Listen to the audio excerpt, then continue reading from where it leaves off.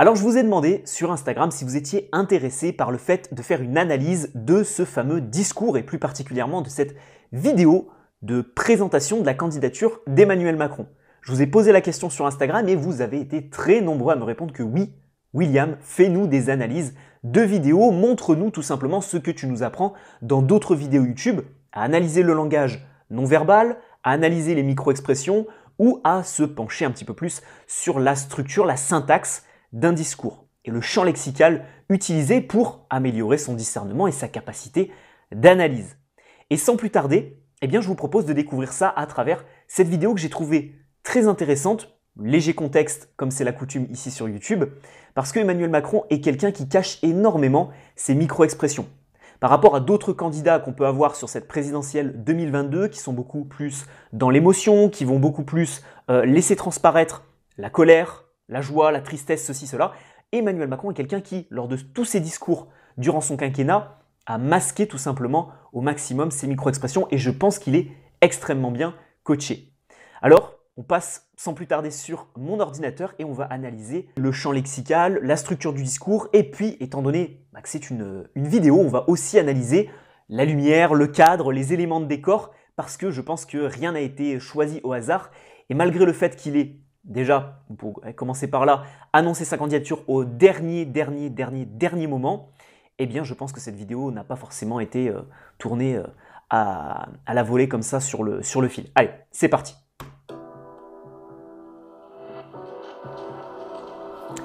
Bon alors déjà, première analyse. Alors moi je l'ai déjà vu la vidéo, ce n'est pas un travail de vidéoscopie comme font certains sur YouTube. On passe le bonjour à Stéphane Edouard qui regarde ça d'un premier jet, je n'ai pas forcément son expérience et sa capacité de raisonner rapidement sur le film, donc je l'ai déjà regardé une ou deux fois. Là déjà ce qui m'interpelle, c'est forcément le chien. On ne sait pas pourquoi il y a un chien. Alors il tourne ça au Palais de l'Élysée pour déjà rappeler qu'il est le président sortant. Il ne tourne pas ça ailleurs dans des petites maisons de campagne comme il a pu faire par exemple pendant le Covid. Là, on a un chien, donc on ne sait pas vraiment pourquoi. Ça ramène toujours le petit côté gentil, sympa. Et puis, voilà, ici sur les dernières marches, on va avoir le petit élan, je dirais, du bassin pour montrer le dynamisme. Juste avant d'entrer dans la pièce, les 2-3 dernières marches qui sont un petit peu sautées. Donc ça, c'est l'élan de jeunesse, le dynamisme d'un président qui se veut en pleine forme. Alors petite pause juste avant que la vidéo commence, j'ai un message important pour toi et un défi à te faire relever. Si tu manques d'intelligence sociale et il y a certains éléments de cette vidéo que tu n'identifies pas et que tu n'as pas forcément vu de ton propre chef, alors j'ai une solution tout en un pour toi. Ça s'appelle la formation Décodage non-verbal 2.0. Décoder les gens, identifier les menteurs, comprendre la position corporelle. Et ceci n'est pas un dictionnaire du non-verbal, c'est une formation qui va t'apprendre à devenir un décodeur. Et pour l'occasion de cette petite vidéo inédite, je te propose un coupon réduction en fin de vidéo. Cette offre est valable pendant un petit peu plus de 24 heures jusqu'à lundi soir minuit. Un échange gagnant-gagnant. Je ne demande jamais de dons et les vues YouTube ne me font pas manger étant donné que cette vidéo va être démonétisée. C'est l'occasion pour toi de faire un beau geste et c'est l'occasion pour moi de te former à l'intelligence sociale. Allez, je te laisse avec cette vidéo et profite bien de ce coupon réduction jusqu'à lundi minuit.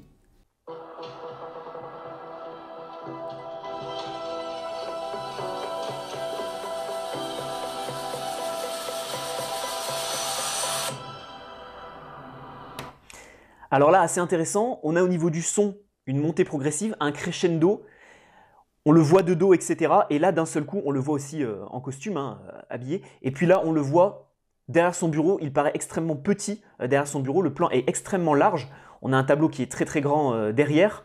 Et on a un bureau qui est loin d'être un bureau minimaliste comme je peux avoir ici, mais qui est vraiment submergé de papier, de documents, pour montrer tout simplement la charge de travail et le fait qu'il soit encore vraiment dans sa posture de président. On le voit aussi avec juste chemise-cravate, donc sans forcément le blazer en plus, pour montrer que vraiment il est là pour travailler. C'est pas juste une petite vidéo qu'il a faite comme ça. Comme moi, je peux par exemple filmer certaines vidéos en blazer parce que je suis pas en train, oui, je suis en train de travailler, mais je suis pas en train de passer des heures sur mon bureau à filmer. Quand je filme, je vous fais 2-3 vidéos d'un seul coup, mais ça ne m'empêche pas de pouvoir garder le blazer s'il fait un peu frais à l'intérieur. Donc là, on voit vraiment qu'il est dans le dynamisme, dans le jus, donc il a même posé la veste. Aussi longtemps qu'il y a eu l'épidémie, je ne pouvais pas, je pense, me projeter dans autre chose. Et là... Alors là, moi j'ai regardé un petit peu les chiffres, la fameuse épidémie. C'est assez intéressant parce que l'épidémie a commencé à diminuer en France, a commencé à diminuer fin janvier, et on voyait déjà que mi-février, on commençait déjà à être beaucoup plus détendu. Et certains pays, la Suisse, l'Angleterre, l'Espagne, ont commencé à déjà supprimer leur passe sanitaire, etc. Alors qu'en France, ce n'était pas le cas. Et là, il attaque son discours directement avec l'épidémie.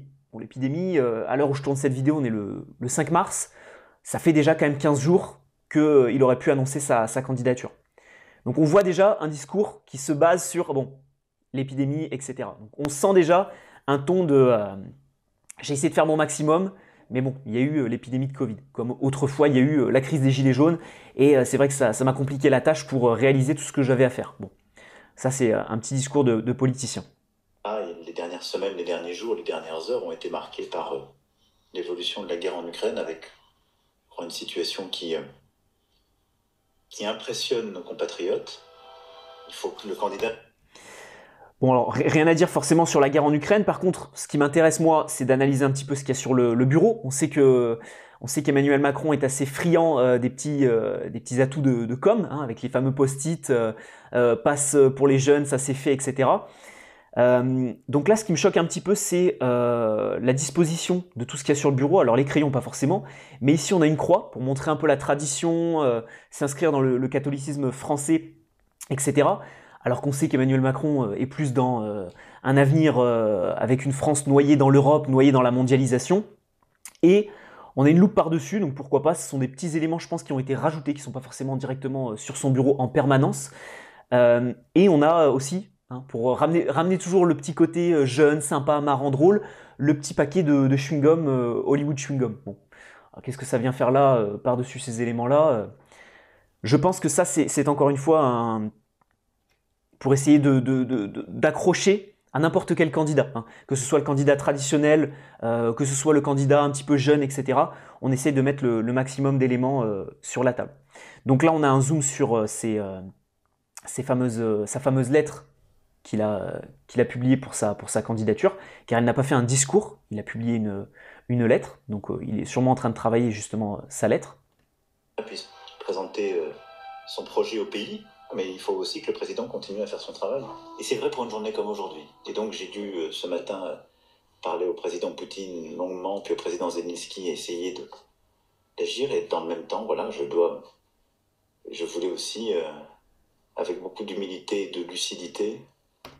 Alors là, attention les amis, regardez bien au niveau de son regard et au niveau de son sourire. Alors le sourire, il le maîtrise très bien. Le sourire, il ne l'a pas laissé transparaître. Par contre, au niveau du regard, on va revenir sur cette scène.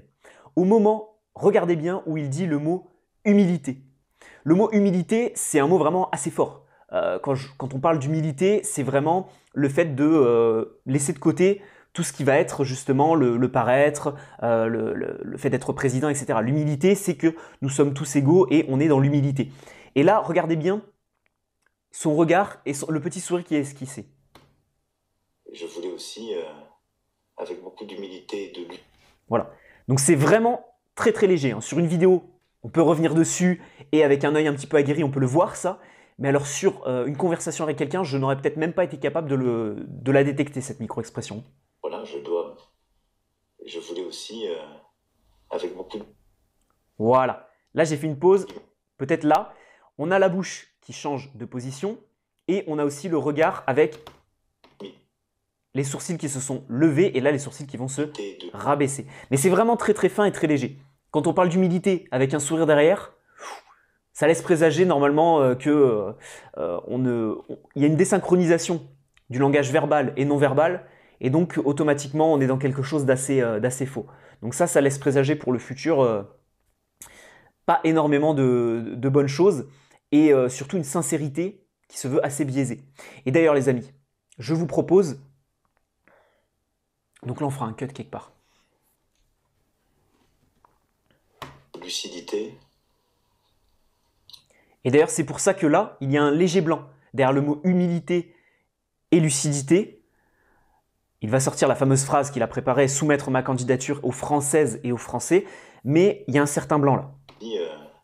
Avec beaucoup d'humilité et de lucidité, soumettre ma candidature aux Françaises et aux Français, pour leur dire, voilà, j'ai une ambition pour le pays, je veux encore... Alors là, il est beaucoup plus sincère et beaucoup plus sérieux.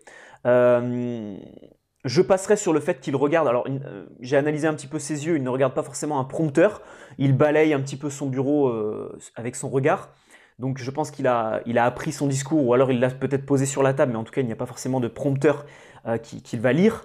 Il regarde son bureau parce que c'est là où se passent les choses. C'est comme si je vous tournais cette vidéo de cette manière-là, ou en regardant justement, non pas la caméra pour m'adresser directement aux spectateurs. Ça, c'est au niveau de la structure de la vidéo, c'est-à-dire qu'il y a quelqu'un qui vient l'interviewer, on le verra parler juste après. Ça, c'est pas forcément très intéressant. Ceci dit, c'est la structure qu'il a choisie par rapport à son discours, où on a d'autres candidats, notamment, il me semble, Éric Zemmour qui avait fait une vidéo aussi qui est très axée sur les réseaux sociaux. Je ne sais pas si d'autres candidats avaient fait une vidéo, peut-être Jean-Luc Mélenchon, mais en tout cas, Éric Zemmour s'adressait directement à la caméra, directement aux Français, avec un angle qui était, il me semble, le même que le mien, mais cette fois-ci, il regardait la caméra, et il avait son discours juste là. Donc là, c'est un petit peu différent, c'est un peu moins sincère, je pense, mais ça vient casser avec tous les discours qu'il peut faire, étant donné qu'il a été président pendant 5 ans, il s'est directement adressé aux Français pendant 5 ans face caméra. Donc là, c'est une manière un petit peu détournée de faire un discours légèrement décalé. Là, par rapport à son projet, c'est sûr qu'il est beaucoup plus sincère. Après, quel est son projet, on ne sait pas, mais en tout cas, c'est son projet. Pouvoir faire bouger les choses avec vous. Je veux le faire différemment parce que cette période aussi nous a tous changés. Je veux le faire en associant davantage, en faisant participer. Mais est-ce que... Donc là, c'est là où la personne vient interagir avec lui. Donc on n'a pas un discours en solitaire. On a vraiment une sorte de petite interview. Là, ce qui est intéressant, c'est la structure du discours. Je veux le faire en associant davantage et en faisant participer. Alors, je pense que si vous et moi étions à sa place, on aurait dit en faisant participer les Français, en faisant des référendums, en faisant participer le peuple qui m'a élu, etc. Parce que je suis l'obligé du peuple, parce que je suis le représentant du peuple. C'est la fonction d'un président dans une démocratie, normalement. Et là, en associant davantage, en faisant participer. Donc, qui veut faire participer, qui il veut associer, on ne sait pas vraiment. Alors peut-être qu'il veut associer les amis à son gouvernement, peut-être qu'il veut poser 2-3 personnes à des très bons postes. En tout cas, j'ai pas l'impression qu'il s'adresse directement au commun des mortels et à nous, chers Français. En associant davantage, en faisant participer. Mais est-ce que c'est pas un peu plié? Non, pas du tout. Alors bon, là on a un dialogue qui se rapproche, voilà, de ce fameux dialogue de jeunes avec toute une rhétorique. Est-ce que c'est pas un peu plié? Ça m'a pas forcément choqué au début, parce que forcément je suis jeune, donc c'est aussi des termes que j'emploie.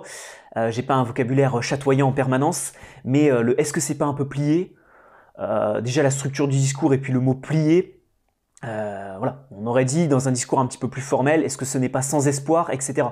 Là, on se rapproche encore de ce discours de jeunes, de cet état d'esprit assez jeune pour convaincre toujours le même électorat, l'électorat jeune et féminin. Alors ça, d'être un peu complètement. Nous sommes un peuple très politique, et les Françaises et les Français sont tout. Et on va encore faire une petite pause, ah oui, parce que tout est à analyser. Alors les Françaises et les Français sentent tout. Alors, je vais aller un petit peu plus loin, puis je vais revenir là-dessus. Mais retenez bien ça, sentent tout. Et ils ne donnent pas leur confiance comme ça. Et donc, si à chaque seconde on considère que la confiance est acquise, et qu'on n'a pas à se remettre en cause et à aller là... Alors on va s'arrêter là, parce qu'après ce qu'il dit c'est aussi intéressant à analyser. Les Français sentent tout. Alors je vous invite les amis, pour cette élection qui arrive, cette présidentielle qui arrive, à éviter de sentir, à éviter d'être dans le ressenti, dans l'émotionnel, dans la sensation, dans je sens que Emmanuel Macron peut être un bon président, je sens que Christiane Taubira, pas Christiane Taubira malheureusement, je sens que Yannick Jadot, je sens que Jean-Luc Mélenchon, je sens que Marine Le Pen, Éric Zemmour, etc. peuvent être de bons candidats. On évite d'être dans le sentiment et dans l'émotionnel pour choisir un représentant d'un pays comme la France. On essaye un petit peu plus d'être dans les faits, les chiffres, les choses factuelles. on évite d'être dans l'émotionnel et le ressenti.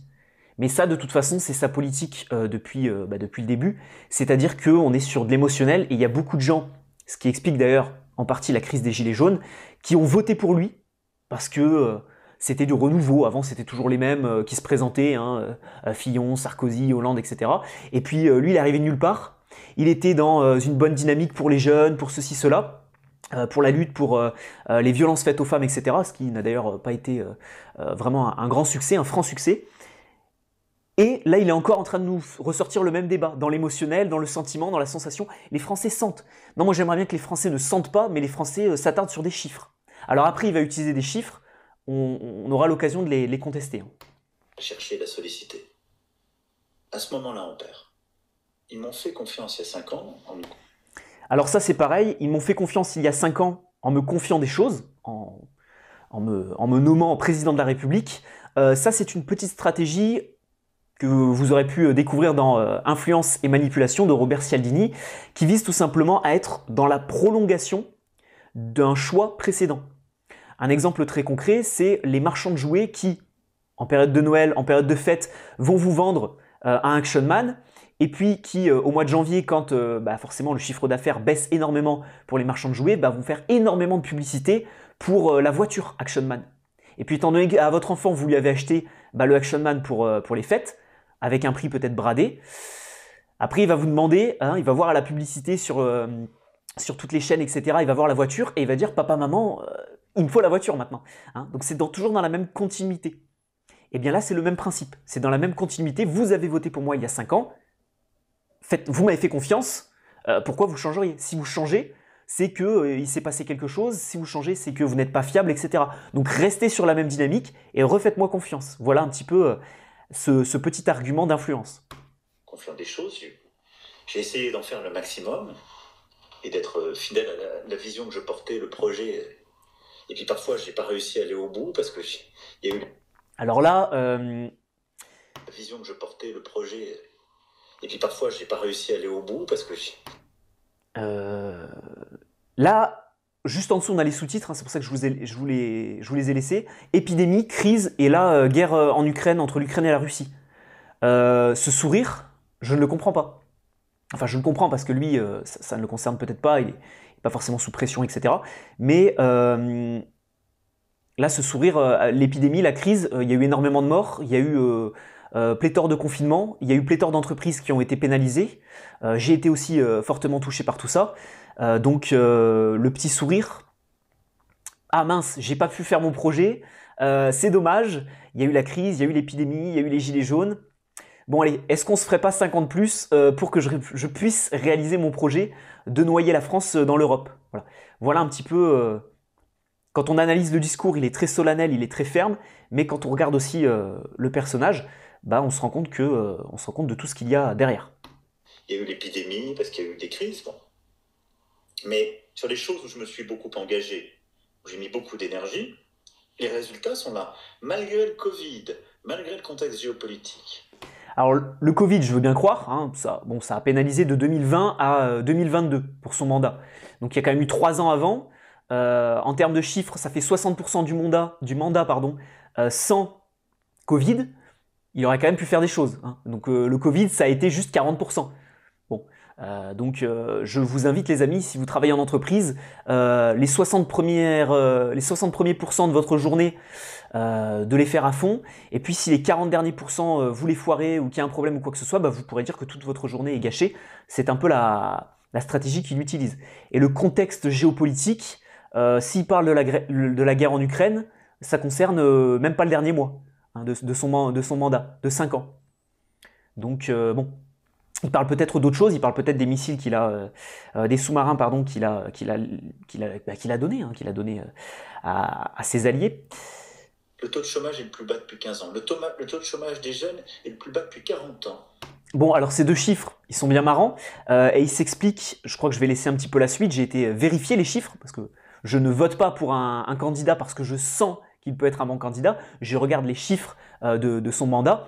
Et oui, c'est vrai que le taux de chômage est au plus bas et que chez les jeunes, c'est au plus bas aussi.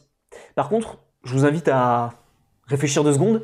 Le taux de misère, de précarité chez les jeunes est au plus haut. Donc comment on peut avoir des jeunes qui travaillent, mais qui sont aussi dans la plus grande précarité? Bah ça s'explique très facilement, hein. J'ai été, je ne dirais pas victime de tout ça, mais en tout cas je connais des amis à moi qui ont été victimes de tout ça. Ça s'appelle l'alternance. L'alternance, c'est quoi? Ça a été poussé pendant le quinquennat d'Emmanuel Macron et puis après la crise du Covid. C'est génial l'alternance, sauf que l'alternance, je vous explique, pour tous ceux qui n'ont pas fait d'alternance, c'est un système qui vous veut dans le monde du travail, un pied dans le monde du travail, mais dès que vous avez fini votre alternance, on ne vous veut plus. Hein. Alors moi, j'ai fait une alternance, je suis parti, mais je connais un ami à moi qui a fait 3 ans dans un très grand groupe français, 3 ans d'alternance pour former un jeune, qui a fait un super boulot, etc., qui a mis des choses en place, et à la fin, on lui a dit merci, bonne journée, et puis à bientôt. Donc à quoi sert l'alternance si ce n'est à former un jeune et à le garder ensuite dans l'entreprise? Donc aujourd'hui, l'alternance, ça permet juste aux entreprises de pouvoir avoir quelqu'un et de le payer moins cher que le SMIC, d'où la précarité étudiante, et des personnes qui s'enlisent dans les alternances, dans les licences, dans les masters, etc. et qui pourtant sont dans une précarité incroyable. Donc oui, le taux de chômage est au plus bas, les jeunes travaillent, mais si c'est pour travailler en alternance et gagner 800 € par mois, j'appelle pas vraiment ça baisser le taux de chômage. Hein. Le nombre de compatriotes qui sont dans le marché du travail est le plus haut depuis qu'on l'enregistre. Donc là, encore une fois, le marché du travail, oui, mais ça ne veut rien dire. Hein. Le SMIC, là, on est en inflation, on est dans une inflation énorme, le SMIC n'est pas revalorisé, donc j'ai un grand respect pour toutes les personnes qui sont au SMIC et qui travaillent et qui arrivent à boucler leur fin de mois. Hein, vous avez tout mon respect, parce que je ne sais pas comment on fait pour vivre en France de manière décente avec 1200 € par mois. Je ne sais pas. Je ne comprends pas. Et j'ai un très très grand respect pour les personnes qui arrivent à faire ça, parce que c'est juste impossible. Tout augmente, le prix de tout explose, mais le SMIC reste au même niveau. Donc bon. Ceci dit, il y a eu le petit chèque inflation qui a été envoyé, donc l'honneur est sauf. On n'a jamais eu autant d'apprentis dans notre pays, plus de 700 000 malgré la crise. Voilà. Donc on voit bien que quand on bouge les choses, quand on fait les réformes, quand on arrive à convaincre tout le monde, quand on change un peu les mentalités, on arrive à embarquer. Et ça, c'est pas qu'une personne qui peut le faire, mais la constance avec laquelle vous pouvez le porter, l'énergie que vous y mettez, votre capacité à en entraîner d'autres, fait que progressivement, ça marche puisque plus personne n'en parle. Donc c'est ça que je vais essayer. Alors ça marche parce que plus personne n'en parle. Le taux de chômage, la précarité, bon, c'est quand même un sujet récurrent, c'est quand même un sujet permanent. Alors plus personne n'en parle, peut-être parce qu'on parle de la guerre en Ukraine, c'est peut-être ça qu'il veut essayer d'évoquer, ou parce qu'on a parlé du Covid et de toutes les mesures qui ont été mises en place, je ne sais pas. Avec beaucoup à la fois de patience et d'humilité et en même temps d'enthousiasme, d'expliquer à nos compatriotes, avec en toile de fond la guerre, avec en toile de fond... Alors avec en toile de fond la guerre, sur une vidéo qui s'appelle Emmanuel Macron, le candidat, épisode 1, la guerre, de quelle guerre il parle? Parce que des guerres dans le monde, il y en a depuis toujours. Alors là, oui, il y a une guerre en Ukraine, mais est-ce que ça impacte directement la France? Pas vraiment pour le moment à l'heure où je filme cette vidéo. On aura sûrement une montée des prix du gaz, du blé ou des choses comme ça dans les jours, dans les semaines à venir. Mais en toile de fond, la guerre, ça ne concerne pas forcément les Français directement. Hein. Il y a aussi des guerres dans plein d'autres pays. C'est pas vraiment le sujet. Sans doute dans les semaines qui viennent, des décisions difficiles, des moments difficiles que nous aurons à vivre et qui évidemment me... Bon, là, on a un soupir. Donc là, on a un soupir, je pense, de sincérité parce que c'est lui qui est forcément aux commandes, c'est lui qui discute avec Vladimir Poutine, c'est lui qui appelle les dirigeants de différents pays. Donc forcément, on a un certain soupir de lassitude et puis il est au contact de tout ça. Donc là, c'est assez synchronisé avec sa pensée et son discours. Nous mobiliserons comme président, mais je pense qu'il faut que le débat puisse se conduire et que moi aussi, en tant que candidat aussi, je puisse expliquer, convaincre, proposer, être attaqué, critiqué, contester, répondre à la controverse, m'y livrer moi-même. Et je pense que c'est très important parce que c'est... Alors là, on a encore ce fameux petit sourire. Contester, répondre à la controverse, m'y livrer moi-même. Et je pense que c'est très important parce que... Bon, j'arrive pas forcément... on voit quand même en toile de fond on pourrait utiliser cette expression, un certain sourire, un sourire un petit peu narquois, parce que en déclarant sa candidature au tout dernier moment, en exprimant ne pas vouloir faire de débat avec qui que ce soit, avec aucun candidat, alors qu'on a des Jean-Luc Mélenchon, des Éric Zemmour qui font des débats depuis 3-4 mois maintenant. Bon, certains sont assez mauvais en débat, certains sont assez mauvais en prise de parole, hein. Certains nous ont manqué, hein, je dirais. Mais là, on a quand même un Emmanuel Macron qui n'est pas aussi mauvais en débat ou en prise de parole qu'une Valérie Pécresse, qu'une Marine Le Pen, et qui refuse pourtant le débat. Et qui là vient nous dire dans une vidéo, alors c'est important que je puisse expliquer, convaincre, proposer, alors que depuis 3-4 mois, on ne sait toujours pas s'il veut être candidat et il ne fait aucun débat, aucune prise de parole et surtout, c'est surtout le plus important, aucun compte-rendu de ces 5 ans de mandat.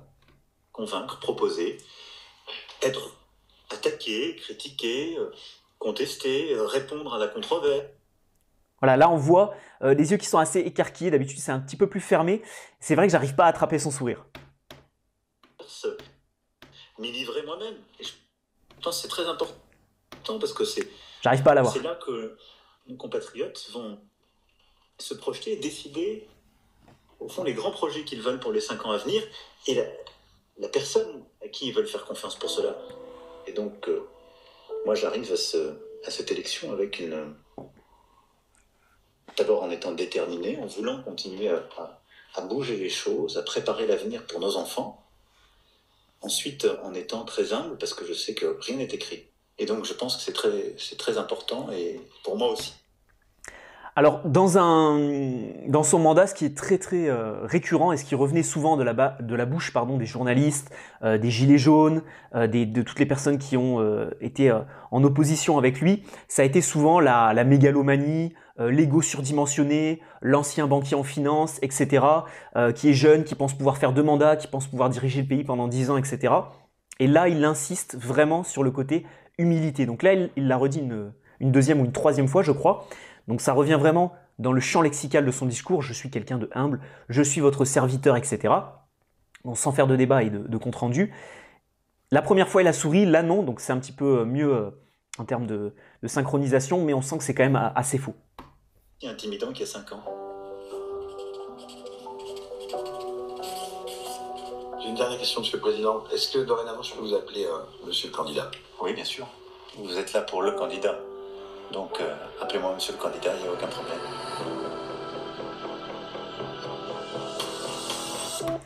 Bon, et bien voilà les amis, on arrive au terme de cette vidéo. J'espère qu'elle vous a plu, assez longue. Eh bien oui, parce qu'il y a beaucoup de choses à dire. J'aime bien illustrer mes propos par des petits exemples concrets. Si ce type de vidéo vous a vraiment plu, parce que j'ai dû la tourner rapidement, j'ai dû préparer tout ça très rapidement et de manière spontanée, le petit like et le commentaire sous la vidéo. N'hésitez pas à me dire ce que vous en avez pensé de son discours, si j'ai loupé peut-être certaines informations, certains signaux infraverbaux, non-verbaux ou tout simplement dans son discours. Et puis, bien entendu, je vous mets le petit coupon de réduction sur le programme Décodage non-verbal 2.0 qui est valable jusqu'à dimanche minuit. Juste en dessous, lien à l'écran et dans la description de la vidéo. On se retrouve vendredi prochain pour une prochaine vidéo. Ciao, ciao, mes futurs leaders.